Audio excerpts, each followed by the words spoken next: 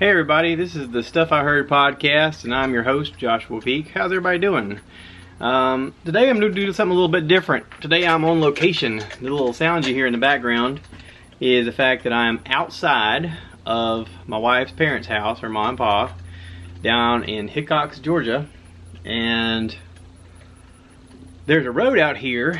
You may hear a car drive by once in a while and be like, hey, what's all that background noise? There's crickets. There's the jingling of the chain from this swing that I'm on. And we're enjoying some nice vacation a little bit away from home. I wanted to see if this was doable. I wanted to see if I was able to do a podcast this way. Are you guys even recording? It says record, but I don't see no numbers. Oh wait, there's numbers. Okay. So anyway, this appears to be working. I'm gonna give this a shot. This is, you guys just hang with me a little bit. This is episode 116, and today's June 20 something. I don't even have my phone with me. June 20 something of 2019. We are down here visiting my wife and her pa. I mean my wife's family and her pa, and it's a bit warm out here, but I had an idea for doing this on the front porch because it's so pretty out here. If you guys are watching the YouTube video, you can see me holding up my iPad mini talking into it. I'm using a program called Voice Memos. It's you can download it onto, I think, any smart device, iPhone, iPad, etc. And I just hit record, and whenever you're done you save it.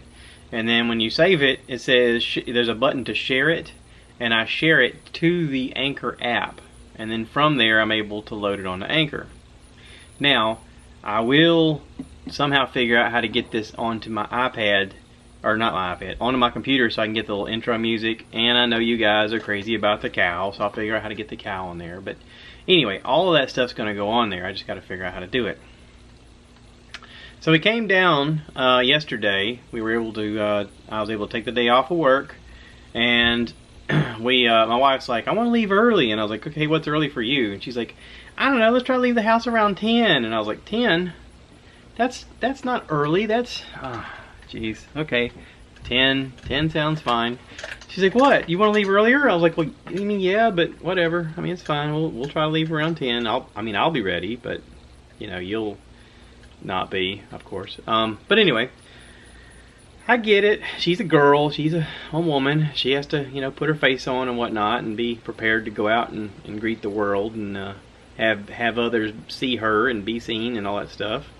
So anyway, she got ready, and we left around 10. We got on the interstate and made it down to Savannah. We went to Savannah and actually had lunch. I actually was able to get us into one of our favorite pizza places. I say get us into, that's kind of presumptuous. There's a pizza place down there called Vinnie Van Gogo's. Now, Vinnie Van Gogo's is a very cool place. They only take cash, so if you ever plan to go, make sure to bring cash. You can get pizza, a medium, a large, or you can buy it by the slice. Now by the slice, each slice is like $7, but it's a big slice. Like one slice of pizza will probably fill you up. We got a slice each and something to drink, and we sat outside, and there was a little breeze blowing, and it was pleasant, and it was good. The problem is you think, okay, a $7 slice, that's not bad, but there's no parking. And I drove around for a while looking for parking, and just about everywhere where there is to park, you have to pay to park, and all of them have a sign saying if you're gonna park here, you got to go down there and pay the machine. Well, even then, you got to find this place that's open, and we're talking a Friday. So we drove around and around and around and never found a place. And right near where Vinnie Van Gogo's is, there's a place to pay to park. It's like $15. But you got to ask yourself, okay, did I come all this way to just turn around and go by the freeway, or am I really going to pay $15 for parking and then go eat some $7 slice of pizza? Reality is we ended up paying the $15, walking over and eating us a $7 slice of pizza. Of course, after 2 slices with our toppings and whatnot, that's another 20 bucks, 20-ish bucks. So, you know, $35 for 2 slices of pizza. It's a bit pricey. probably something we're not gonna, I mean, we definitely don't do it a lot. Savannah's not exactly like it's right around the corner, so it's a trip for us no matter what we do.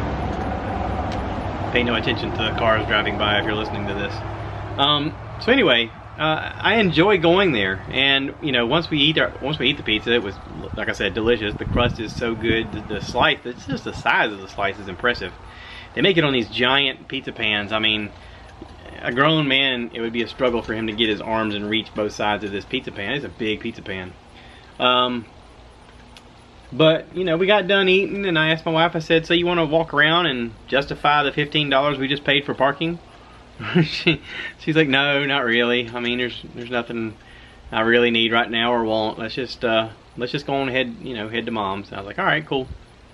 So we got back. Oh, we had to go to Fleet Feet. My wife bought some shoes, and they were a different kind of shoe than she's used to wearing. We had to take them back to Fleet Feet to get them exchanged for another pair, and so we had to find that place, go in there and get them to find her in the computer, because she'd bought some stuff in Columbia and at Myrtle Beach.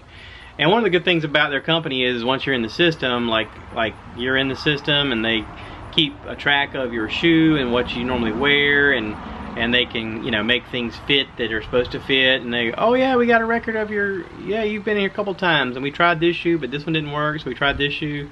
They have an exchange policy that's up to 2 months, which is really good, because they know, hey, you're running, like you're not going to get the same feeling walking around here in our showroom as you will when you're out there doing your physical run. So if you go out and you run and you don't like the shoe, just bring it back for a refund, which is great, or exchange, which is great. So as it turns out, the lady there, she was super nice to help, you know, helping us.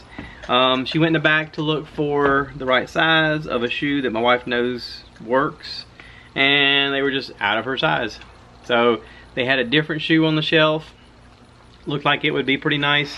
Again, she went in the back and they were out of that size as well. So they couldn't help us with the shoes, and she said, well, I'll just go back to Myrtle Beach, or I'll call ahead and talk to the guy that I normally do business with and see if I can get something, see if I can get him to order me a pair of these shoes in the right size. And so that's what we're going to go forward with that. But anyway, we got all that done and then got back on the freeway and headed down to go to her parents' house, which to get down here, you got to go all the way towards Brunswick. And at a certain point, we get off the interstate. If you're on 95, it's like exit 42, which is interesting because the number 42 pops up a lot in my life.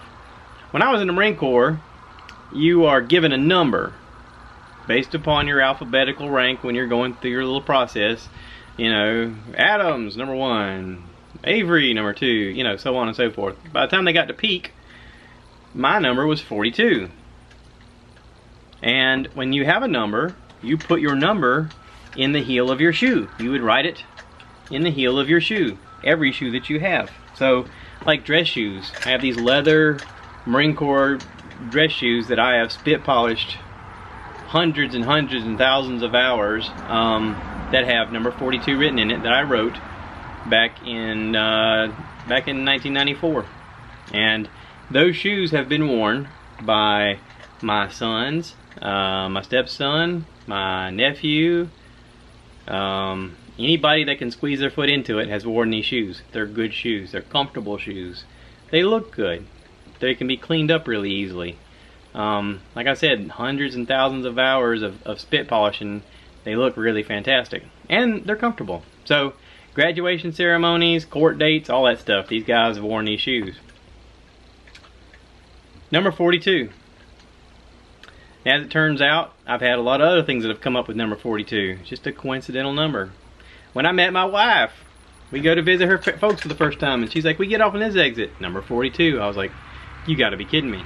What's the chances in that? So anyway, so I said all that to say this. We got off on 42, started heading down the road on Highway 99, and probably 5 minutes down the road, traffic was stopped, and I could see a good half mile down the road that nobody was moving, and people were getting frustrated to the point that they were pulling out to the left side and turning around and going back. And I thought, well, where are they going? And they obviously know more about the area than I do, and I asked my wife, I said, is there a way around this? And she's like, well, yeah, but we got to go all the way back to 95 and go down to Brunswick, which is 2 more exits. And then we can get on 30, I think she said 38 or 30. Anyway, whatever that freeway is, 25, I think it is. So anyway, we go back to 95, get back on the freeway, head down, get on the interstate, and then we have 4 lanes to make it, you know, the rest of the way here. Basically, once you're in Brunswick, Nahunta is another 35-ish miles, 30 miles, something like that. And then you just take a left, and then you go to Hickox. Hickox is just a little small community right outside of there. So anyway, we made it here, got here, and her mom was like, I got to go, we got Vacation Bible School. I'm cooking, I'm helping clean up in the kitchen, I'm doing stuff in the kitchen. So she's like, yeah, you know, y'all come eat some burgers. Okay, sure, yeah, we'll come eat some burgers. So we go down there, and there's little kids on stage, and they're singing, and they're talking about what they did during Vacation Bible School this last week, and they have arts and crafts stuff that the teachers are showing, and the little kids have skits that they're putting on, and it's adorable. And I'm looking through the crowd, and you know, down there at Riverside Baptist, I was actually baptized down there years ago. We came down here and a good bit, and brought our kids, and they would play on the land here. And she's got a brother. His name's Alan. And Alan and his wife Melissa have a couple of girls, Emma Grace and Kaylee. And Alan works outside. He's worked outside his whole life. He works outside framing houses and cutting grass and doing just about everything you could think of outside. So he's no stranger to being in the sun and worrying about skin cancer and that kind of thing. And anyway, so Alan is out there working overtime, and he gets this spot that's on his ear. I mean, it's a bad spot. It looks like something's growing in his ear, and they don't know exactly what it is. They did some investigating, and they were like, I think this thing's growing like into your brain. Like, this is bad. And so they were, you know, talking about cutting it out, and they were unsure of really what it was and why it was doing what it was doing. And we were all worried, you know, and legitimately so. But we were down here to visit, I want to say, for like a week or so. And it was, I think it was, I don't even remember what time of the year it was. Maybe it was summer because the kids were home. But we went up to the church one night. We had a prayer that night, and everybody in the church gathered hands and prayed for Alan and his family, and hoping that everything was going to come out okay. And I remember that was the night I got saved. That was the night I basically made a deal with God. I didn't make a deal. It's wrong to say I made a deal, but I kind of did make a deal. I told God, I said, listen, I know this is ultimately in your hands. Whatever you choose, you're going to choose. But, you know, I know you've been trying to get my attention for a while. I know you've been trying to reach me, and I've fought it every step of the way, and I'm done fighting. If this is your will, so be it. But help this family in some way. If it means that it involves me, then fine, use me however you need to use me. If I'm supposed to help out by being the uncle that steps in and does more with them, if we're supposed to help out financially to help their family, if prayer in our group means that we can somehow help this guy get better or his family move forward, then I'm in. I'm all in. It's up to you. I get that. I understand that. I have no control. But please help Alan. That was my prayer.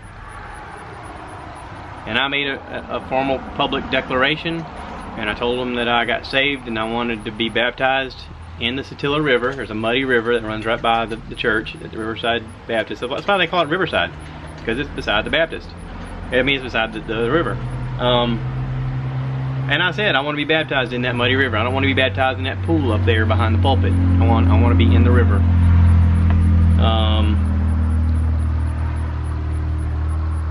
So it all happened. It all came together, and a miracle happened. Right after that, Alan's ear got better. Whatever was there went away. I don't know how to explain it. I don't know how to quantify it. I don't know how to describe what happened. But that family, this family, touched my heart in a way that I can't explain. And his daughters, you know, as my nieces, I bonded with immediately. And I was willing to surrender. That was the biggest thing. In my heart, in my soul, I was willing to surrender and say, whatever your will is, use me. Let me help this family in any way I can, and if it means through prayer, if it means through sacrifice, whatever it means, help them not have a loss of their daddy. And it worked. It totally worked. And if my declaration of how prayer and surrender can help others realize that prayer and surrender can help them, then so be it. But you know, this is an example, just one of the many that people here, you know, talk about, of how prayer works. Salvation, surrender, all that stuff. What, doggy? What you barking at? I got a little doggy up here barking at me. What, dude? Go see what it is. You hear that? He's gonna go chase after whatever that noise is. Sounds like somebody on a golf cart. Anyway, so if you're listening on the audio right now, you're like, dude, what's up with the dog? Why are you got the... Listen, this is an experiment. I'm doing this outside. Hopefully this will be nice. Hopefully you guys will be like, that's kind of cool. I kind of dig it, man. It's all natural. There's ambiance and stuff going on, man. I dig it. So hopefully that's the case. I am enjoying sitting in this rocking chair. That's a nice little additive. Oh, that's her paw. He's going to the store. Kate said she needed some stuff from the store, so he's gonna run up to the store real quick. But anyway, we go to the Bible study last night, vacation Bible school, and we watched the kids sing and put on a skit and all that stuff. And I look around the audience, and I know people there because I got saved there, and we've gone to church there bunches and bunches of times, even though this is 4.5 hours away from where we live. This is my wife's family's church. This is where they go, and so we've been a lot. The guy who's the pastor there, Randy Wainwright, went to school with my wife. When we go in, we know people. And I look around the room and I see a lot of faces I don't know, but I also notice some faces I do know. One of the faces I see is a guy named Scamp Thrift. Scamp used to be a teacher. He taught my wife. And we knew Scamp for a while. My wife's known him since she was a kid. Scamp's wife passed away a while back, and he got, you know, he got real upset over that. But he's friends with everybody in the community. He's friends with everybody's family, and everybody included him. And I'm looking through the crowd, and I see Scamp sitting by himself a few pews up. He's kicked back in the seat, got his legs crossed. Seems like he's having a good time, enjoying watching the people that he grew up around and with through the years enjoy this time of fellowship with their kids. And I thought, well, how good is that Scamp has like an extended family here with this community and with this church. And, you know, he don't have any kids in this, but this is something for him to do, to be a part of their lives, and for them to be a part of his. And it's got to be way better than sitting at the house all by yourself watching Netflix as you're an old man, right? So anyway, it was good to see all them. My wife's parents had apparently helped out a young fella get to the place that didn't have a ride, and they after the thing with the kids, we all went over to the fellowship hall, and we had some burgers and hot dogs, and somebody had made homemade ice cream, and I got off the keto train, and because I figured, hey, I've already had pizza today, I might as well have a burger and a hot dog and some buns and some ice cream. Let's just do this thing, man. And so I ate some decent food and the ice cream. The ice cream was fantastic, and it was good to spend that time with them. When we left, we come home.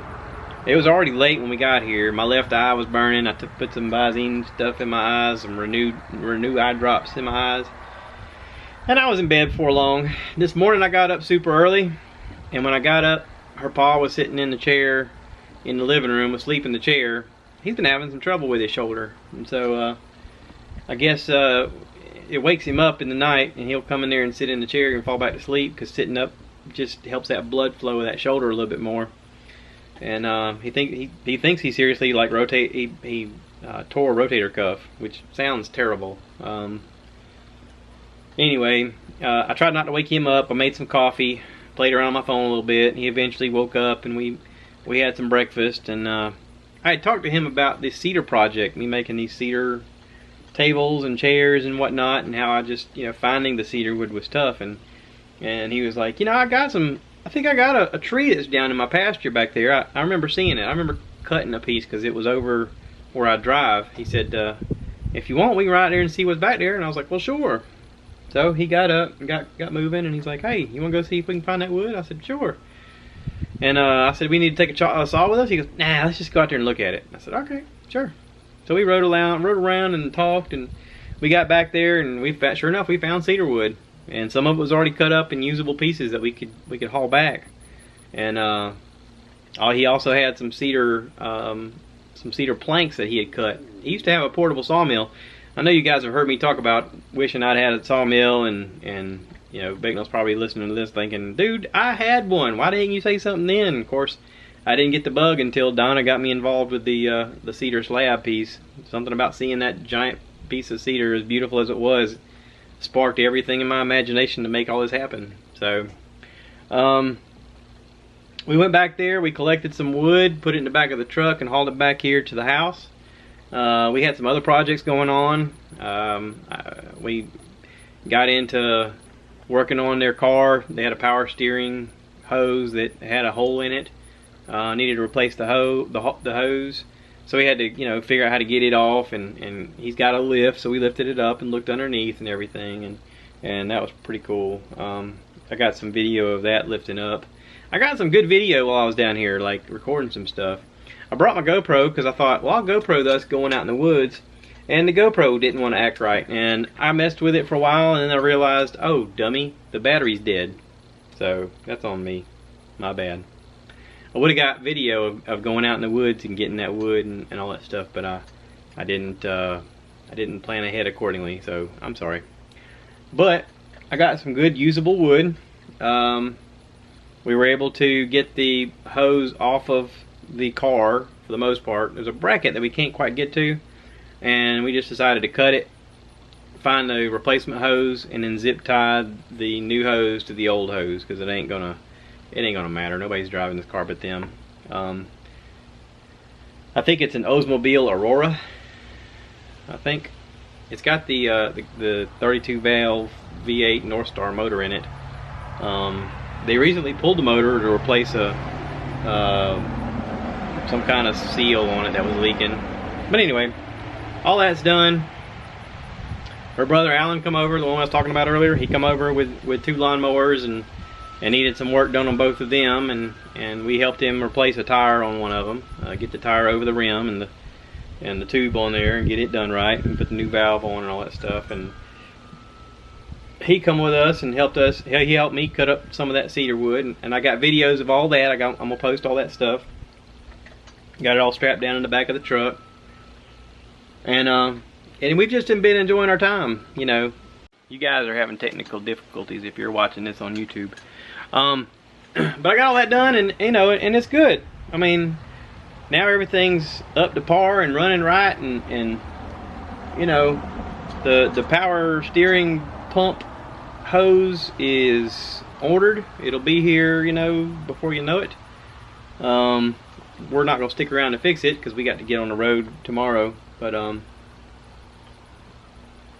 it's been nice, relaxing. I talked to my friends. We're getting together at Santee Lake next weekend, so look forward to some podcasting fun and festivities coming from that. Toy Story 4 came out this weekend. We've already seen from a lot of people that it's a very emotional ending to the Toy Story saga. Apparently people are posting pictures of their kids all smiling before the movie starts, and when it ends they're all crying because it's a sad ending. So, spoiler alert, if you're going to see Toy Story, just be prepared for that. I got my wife to listen to the first half of Wife of the Party, Leanne Chrysler interviewing Christina Pazynski. We listened to half of it coming down here. We're going to listen to the other half tomorrow. She started listening to it and then took a nap. And then I listened to it for a while by myself. But anywho, her loss, whatever. I don't mind listening to it twice. It's good. We also listened to Pastor Perry Noble on the Second Chance Church podcast. Listen to his Father's Day special. It was really good. Another good one. And, you know, I got to talking to Bignell last night about the fact that our church is, you know, stuff I've talked about on this podcast about how our church is preaching fear and trying to get people afraid and, you know, trying to build their identity around fear, and how I didn't agree with it. And he was like, yeah, he said, you know, there's a lot of that going on. And, you know, meanwhile, he's got the Fox News app on his phone that he can click on. Look, 7 people died in this plane crash. Oh no, 2 people died in this. Oh, I said, you're just perpetuating it right there, man. Stop doing that. You're making yourself crazy. There's better stuff. My dad's got a friend that he lives near up in Maine. The guy's talking about studying the Torah for years, and he's like, you know, when I study the Torah, like, you can study the same text over and over and over again and get different meanings from it, because, you know, letters from Arabic, sometimes there's letters and sometimes there's numbers, and they mean different things, and it's all supposed to be like poetry. It's supposed to be like interpretations and create discussions so that people talk about it as a community. And, you know, I can't help but wonder if it was all done on purpose so that we all do talk about it. And maybe that's worked. Maybe that was the whole plan all along, and it's coming to fruition now. Maybe all of that, you know, all of that Council of Nicaea and whatnot, when they started writing the Bible, they were like, listen, we got to find a way to do this right, because it deserves the right attention. Makes you wonder. Stuff I heard. Let's talk about stuff I heard. I did listen to a few podcasts from Joe Rogan. He took a little hiatus, and I guess he went hunting or something, because I seen some posts of him in full camo gear with the bow.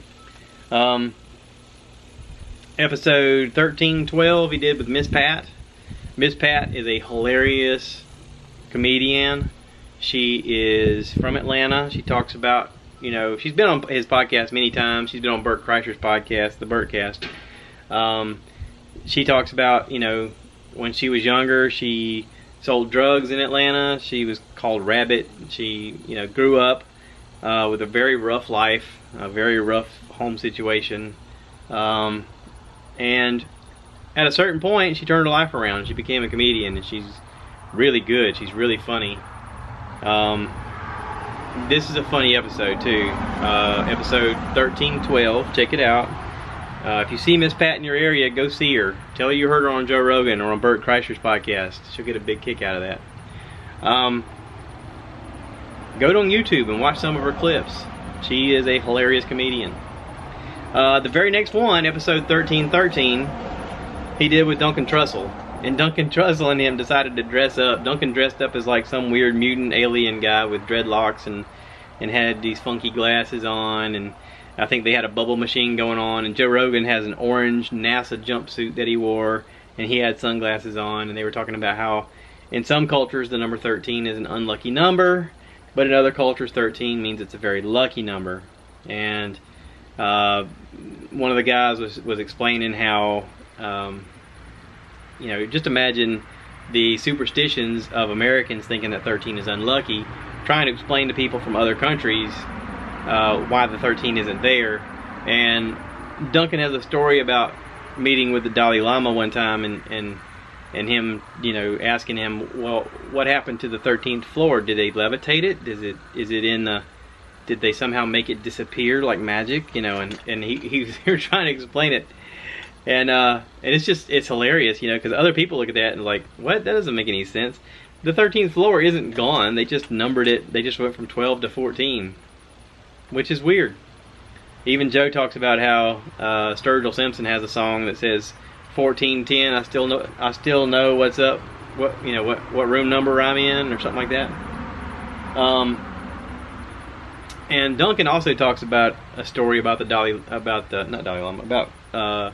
Gandhi. He's like, there's a story about Gandhi, and then this one kind of hit me, like it made me think.